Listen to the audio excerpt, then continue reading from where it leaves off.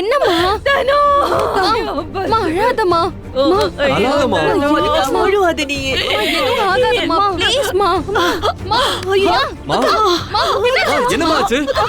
டேய் போய் தண்ணி கொண்டு வா போடா. எடுத்துட்டு வரேன். அக்கா ஒண்ணும் இல்லக்கா. பாருமா.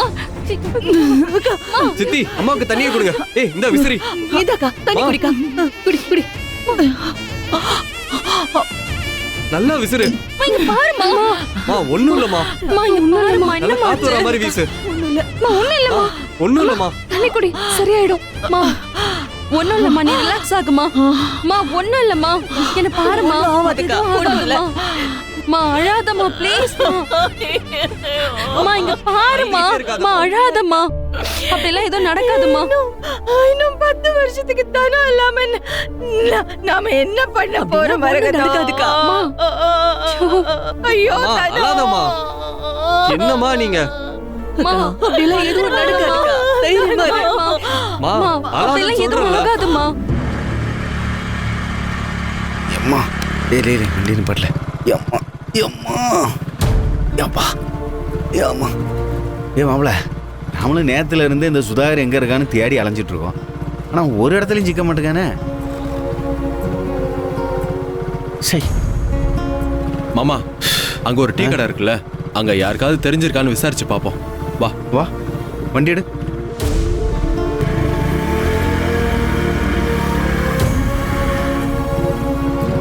இறங்கடா.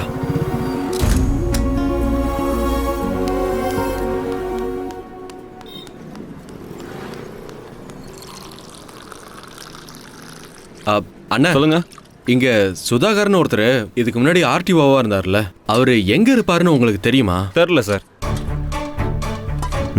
இவனும் கேட்டா தெரியாதுல சொல்லுவோம். ஏனே இந்த ஆர்டிஓ சுதாகர்னு ஒருத்தர், அவர் அப்பப்ப இங்க வருவாராமே, அவரை பத்தி எதுவும் விவரம் தெரியுமா? போட்டோ ஏதாவது இருக்கா? போட்டோலாம் எதுவும் இல்லைண்ணே. என்ன தம்பி நீங்க இந்த காலத்துல போட்டோ இருந்தாவே கண்டுபிடிக்கிற கஷ்டம். இப்போ நீங்க போட்டோவும் இல்லைன்றீங்க, அப்புறம் எப்படி கண்டுபிடிக்கிறது? எனக்கு தெரியாது தம்பி. எப்படி அவனை பிடிக்கிறது? மாப்பிள என்னப்பா சக்தி, டீ போட்டியா? ரெடி ஆயிட்டு இருக்குண்ணே. சீக்கிரமா போடுப்பா, அந்த அம்மா வேற டென்ஷன் பண்ணிட்டு இருக்குது. போறேண்ணே இருண்ணே. ஆமா, இதுல எது சுகர் அதிகம் எது கம்மி? இந்த தனியா இருக்கு பாருண்ணே, அது மட்டும் சுகர் கம்மி. சரி சக்தி, நான் இந்த டீ எடுத்துட்டு போறேன், அதை அவருக்கு போட்டு வை, நான் வந்து எடுத்துட்டு போறேன். மாப்பிள, அந்த மீசக்காரன் இருக்கார்ல, அவரை விசாரிச்சாருன்னா ஏதாவது தகவல் தெரியும்னு நினைக்கிறேன். எப்படியும் இவர் தான் ஆர்டி ஆஃபீஸில் எல்லாருக்கும் டீ கொடுப்பாருன்னு நினைக்கிறேன். அப்போ விசாரிக்கலாம். வா விசாரிப்போம். அண்ணா ஏடா டெக்லஸ் வா. மாப்பிள புடி. அண்ணா என்ன அண்ணா நில்லுங்க. சொல்லுப்பா. அண்ணா இங்க சுதாகர்னு ஒரு பழைய ஆர்டிஓ ஆஃபீஸில் ஒருத்தர் அப்பப்போ இங்க வருவாராமே, நீங்க ஏதாச்சும் பார்த்துருக்கீங்களா? சுதாகரா?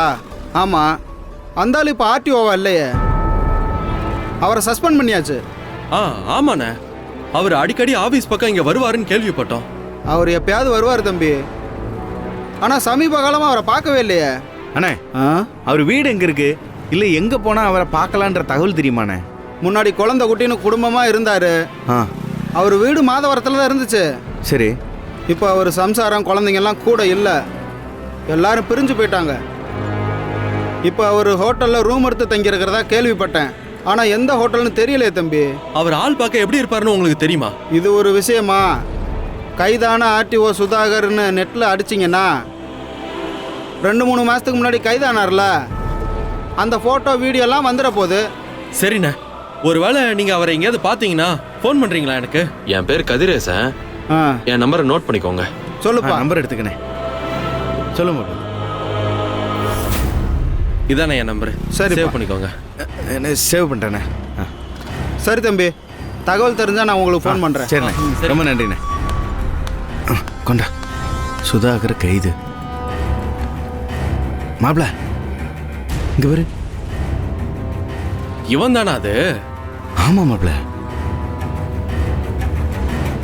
மாப்பிள அடுத்து என்ன மாப்பிள பண்ண போறோம்? ஹோட்டல்ல ஏறி இறங்க வேண்டியதானா?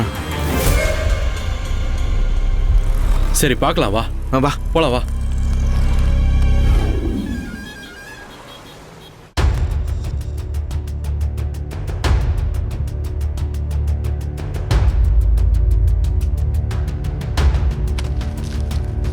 Case number 2718/2025.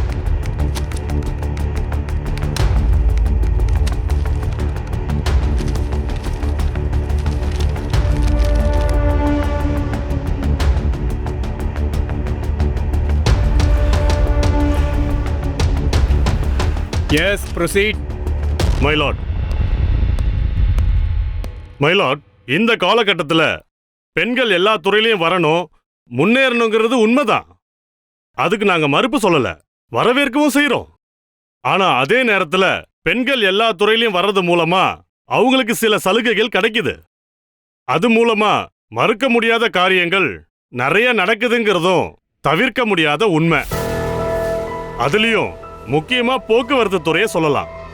போக்குவரத்து போலீசாரும் சரி, காவல்துறையும் சரி, பெண்ணுன்ற காரணத்தால ஹெல்மெட் இல்லாம ஓட்டினாலும் சரி, குடிச்சிட்டு வண்டியை ஓட்டினாலும் சரி, ஃபாஸ்ட் டிரைவிங்னாலும் சரி, பொது இடங்கள்ல நின்று அந்த விதியை மீறவங்களை பிடிச்சு ஃபைன் போட்டுட்டு தான் இருக்காங்க.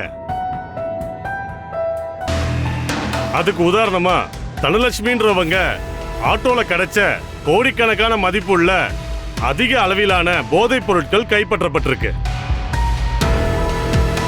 இது இந்த சமூகத்துல பெரிய அதிர்வலையை ஏற்படுத்தியிருக்கு. இதில் வெறும் தனம் மட்டும் கைது செய்யப்படவில்லை, அவங்களோடு தொடர்புல இருந்த ஆட்டோ ஓட்டும் அத்தனை பெண்களுக்கும் போதை மருந்து கடத்தலில் தொடர்பு இருப்பது தெரிய வந்தது. இது நமக்கெல்லாம் தரக்கூடிய ஒரு எச்சரிக்கை மணியை எடுத்துக்கலாம். இதன் மூலமா போலீஸ் விசாரணையில் தெரிய வந்திருக்கிறது என்னவென்றால், இரவு நேரத்துல பெண்கள் ஓட்டும் ஆட்டோ மூலமா பல கோடி ரூபாய் மதிப்புள்ள போதைப் பொருள்லாம் ரொம்ப சுலபமா கடத்தப்படுதுங்கிற தகவல் கிடைச்சிருக்கு. பெண்கள் வண்டி ஓட்டுறதுனால அந்த வண்டிகளை பெருசா பிடிக்காம போகட்டும்னு விட்டதுனால அவங்க வண்டியில பல கோடி மதிப்புள்ள போதைப் பொருட்கள் ஒரு இடத்துல இருந்து இன்னொரு இடத்துக்கு கடத்தப்படுதுங்கிற அதிர்ச்சி தகவல் கிடைச்சிருக்கு. இதனால பெண்கள் ஆட்டோ ஓட்டுறதையே தடை செய்யணும்னு விரும்பி கேட்டுக்கிறேன். இதுதான் எங்க கோரிக்கை. That's all your honour. I object, my lord. இது வளரக்கூடிய ஒரு சமுதாயத்துக்கு முற்றிலும் எதிரான குற்றச்சாட்டு. அதைவிட இது ரொம்ப பிற்போக்குத்தனமான சிந்தனைன்னு கூட சொல்லலாம். ஏதோ ஒரு பொண்ணு ஆட்டோல போதைப் பொருள் கிடைச்சதுன்றதுக்காக ஒட்டுமொத்த பெண் ஆட்டோ ஓட்டுநர்களுமே போதைப் பொருள் கடத்துறாங்கன்னு முடிவெடுக்கிறது ரொம்ப தவறான முன்னுதாரணமா மாறிடும் யுவர் ஆனர். இன்னைக்கு எத்தனையோ பேர் பெண்கள் இயக்கும் ஆட்டோக்களை பயன்படுத்துறாங்க. அதன் மூலமா நிறைய பாலியல் குற்றச்சாட்டுகள் குறைஞ்சிருக்கு.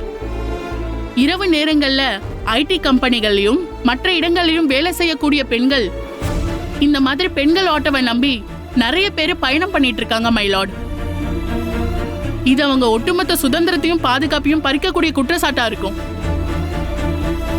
அதனால பெண்கள் ஆட்டோவை தடை செய்யக்கூடாதுன்னு நான் கேட்டுக்கிறேன் மை லார்ட்.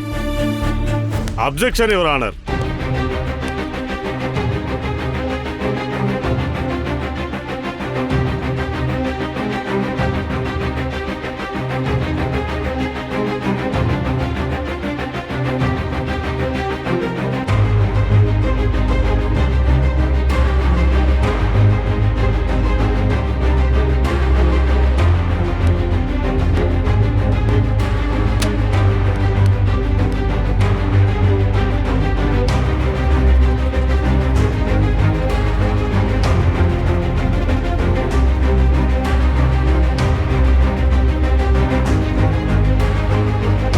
இருதரப்பு வாதங்களையும் கேட்டு முடித்தாகிவிட்டது. இதை முற்றிலுமாக பரிசீலித்து நாளை காலை இந்த வழக்கிற்கான தீர்ப்பு வழங்கப்படும். Now the court is adjourned.